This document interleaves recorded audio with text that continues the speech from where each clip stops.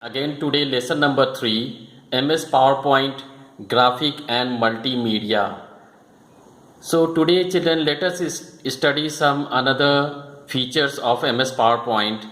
The topic is inserting tables. Tables, its definition: it is used to represent data in the form of rows and columns. If you are writing data in the form of rows and columns, then that is called tables.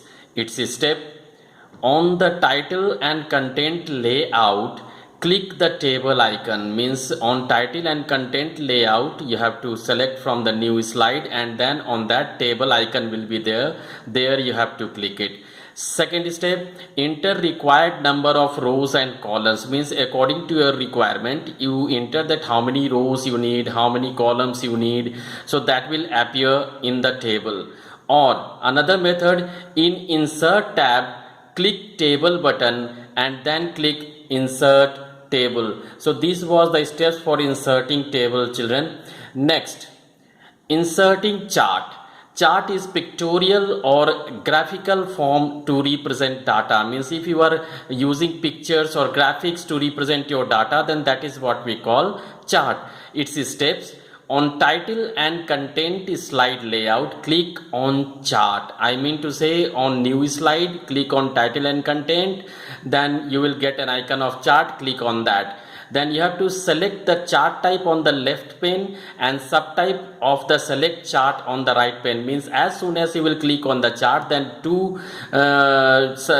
divisions will be appearing. On the left side, what type of chart you need, that you selected, and on that chart type, so many options you will get it on the right side. You can select any one of the option for the selected chart type. Next, click on the cell and type the new data in the data sheet to change the default data. Student, when you are selecting the chart, then by default the datas will be appearing on the by default the datas will be appearing on the chart. So to change the chart, you have to change the data in the data sheet. So as soon as you are changing the data in the data sheet, the same changes will be reflected on the chart. So this was the chart, children. Next, inserting smart art graphics. Its definition: it is visual representation of your information to effectively communicate your message of ideas. I mean to say, means if you want to communicate with another person, then you can communicate with the help of the pictures or the graphics. That will be more effective way of communicating. If I am drawing the picture and then I am explaining it, then that is the effective method of communicating. So this is what we call smart art graphics. So it's a step: on title and content slide layout, select smart art graphic. Again you go to the new slide, click on title and content slide layout, and then click on smart art graphics. Another method is, children, you go in the insert tab, then on the illustration option you go, and there you select smart art graphics.